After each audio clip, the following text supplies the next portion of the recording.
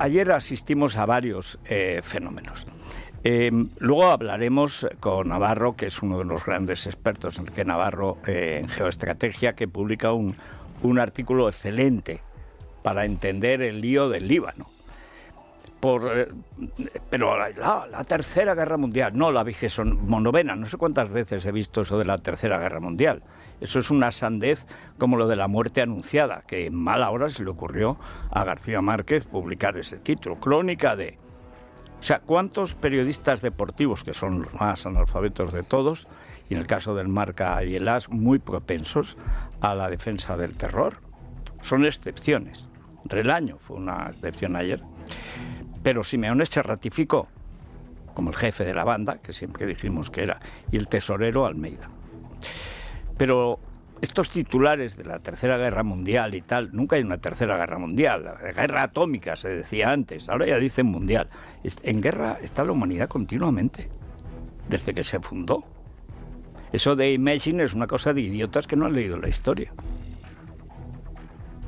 que no conocen a la humanidad ni nada, pero a la gente le gusta. Y dice, ay, qué barata nos va a salir la paz. Yo recuerdo que la última vez que vi a gente haciendo el Canelo en torno a un piano con el Imagine era después de la masacre del Bataclan, de París. Sí, hombre, en un mundo donde hay estas masacres terroristas, lo último que puedes hacer es Imagine. Aparte, ¿cómo vas a imaginar que no hay cielo?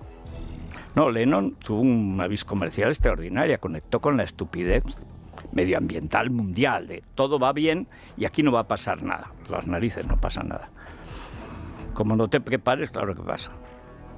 En el Líbano hay que entender básicamente dos cosas.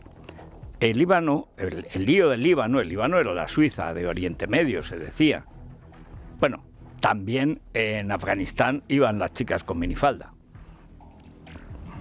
Y ahora no pueden salir de la jaula del burka. No les dejan enseñar ni un centímetro de piel. O sea, qué extraños pensamientos agitan la mente de esos psicópatas asesinos. Pero en el caso del Líbano es que cuando los árabes se negaron a admitir la resolución de la ONU, y 5 países, incluyendo el Líbano, que participó poco porque era más pequeño, decidieron masacrar a todos los judíos y acabar con el Estado de Israel al día siguiente de su fundación, repito, respaldada por las Naciones Unidas, que respaldó la creación del Estado de Israel y de un Estado palestino. No quisieron ningún Estado palestino, quisieron acabar con los judíos. Y 5 países lo atacaron a la vez, y 5 países fueron derrotados. ¿Y qué pasó? Que como no querían el Estado palestino, pues claro, pues no se creó el Estado palestino, que se podía haber creado. Habría sido un Estado terrorista, porque hay que ver lo que han hecho después. La cantidad de dinero que han robado y de lo poco bueno que ha servido. Pero ¿qué sucedió? Que hubo como 300, 400.000 palestinos que se instalaron en el Líbano. Y desde allí, ¿a qué se dedicaron? Pues a ser la mano de obra terrorista de Siria, de Irak, a veces directamente, no mandaba tanto Irán, pero en fin, digamos, de sunitas y de chiitas. Ser la mano de obra terrorista, los mártires, dicen ellos, es decir, los asesinos que mueren. Y desde entonces, ¿qué es lo que sucede? Bueno, el jefe del terrorismo palestino de verdad, Arafat, uno de los seres más corruptos que ha padecido aquella zona, que ya es decir, sujeto siniestro, criminal. Este se plantó en la ONU, que es el teatro de todas las mamarrachadas, con la pistola y con una ramita de olivos. La podía haber comido. Un criminal. Pero, ¿qué hizo? Estaba en Jordania. ¿Y qué hicieron los hermanos jordanos por los hermanos palestinos? Los masacraron. Y en un 2 días de septiembre, en una noche y una mañana, mataron a 14.000. Fue el llamado Septiembre Negro. Pero como esa gente es más esquizofrénica que Sánchez, decidió, cuando masacran a los deportistas israelíes, sobre esto hay muchas películas, en Múnich, pues ahí qué es lo que pasa, que le llaman Septiembre Negro, como de venganza. Pero vamos a ver, que os mató Hussein de Jordania, no os mató Golda Meir. Es igual, hay que echarle la culpa a otro para que siga llegando la pasta. ¿Y dónde se instaló? ¿A dónde huyó Arafat? Al Líbano. Y ahí es donde realmente Al-Fatah empieza a convertirse en un grupo terrorista, financiado internacionalmente casi por una derrama de todos los países musulmanes y por la Unión Soviética. Esto es importante porque volvemos otra vez a esos alineamientos. ¿Qué pasó entonces? Bueno, el sur del Líbano lo fueron tomando los palestinos. Y empezó una guerra que duró como 15 años entre cristianos, chiitas y sunitas. A los cristianos los acabaron masacrando, ellos también mataron lo que pudieron, pero finalmente por la fuerza demográfica se impusieron los musulmanes. Y entonces Israel atacó el sur del Líbano. ¿Para qué?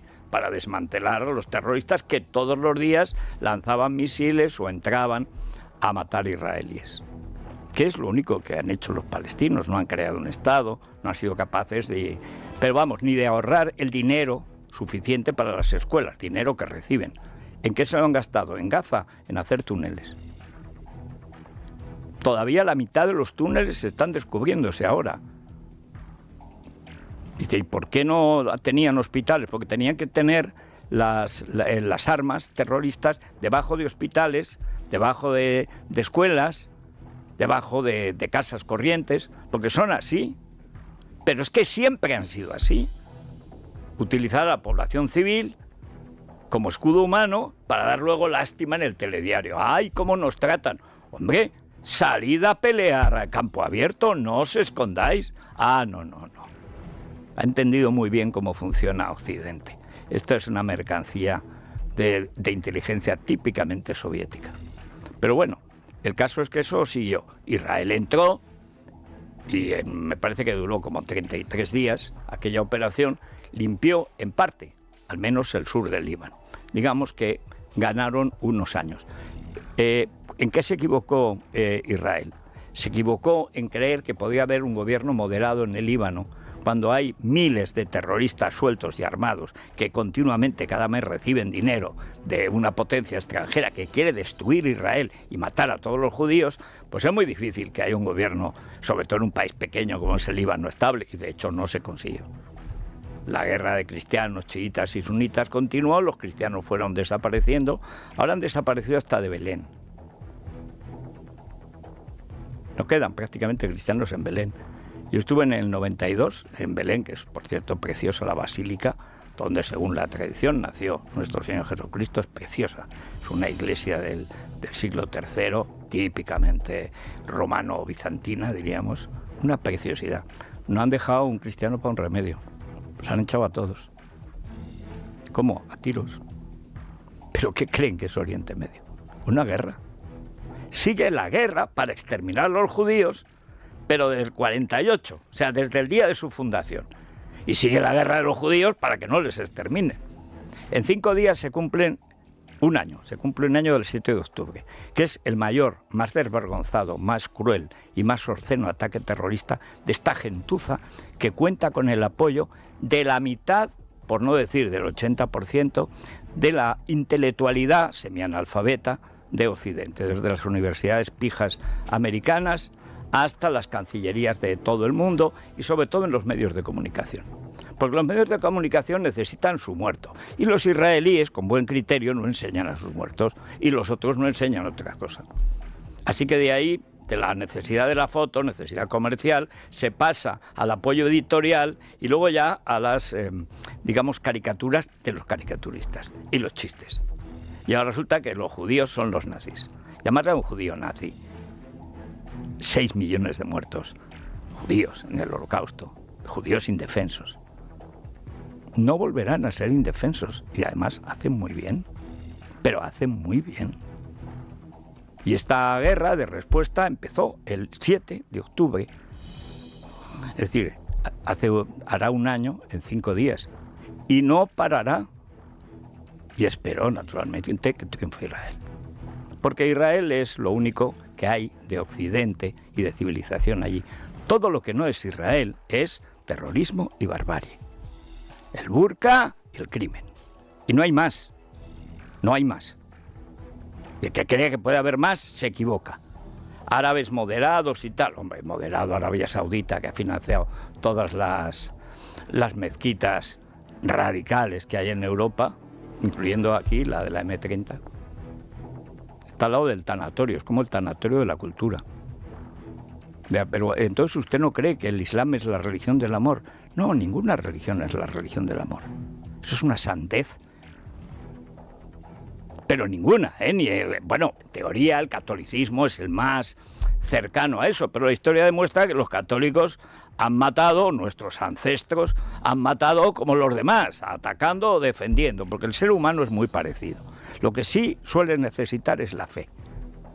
Y la religión, pues naturalmente, eso es lo mejor que tiene el cristianismo, debe estar separada de la política. Cuando la política es la religión y la religión es la política, se acabó la civilización. Algo que no ha entendido este papa comunista y defensor de la corrupción, el Simeone de los papas, es lo de dar a Dios lo que es de Dios y al César lo que es del César.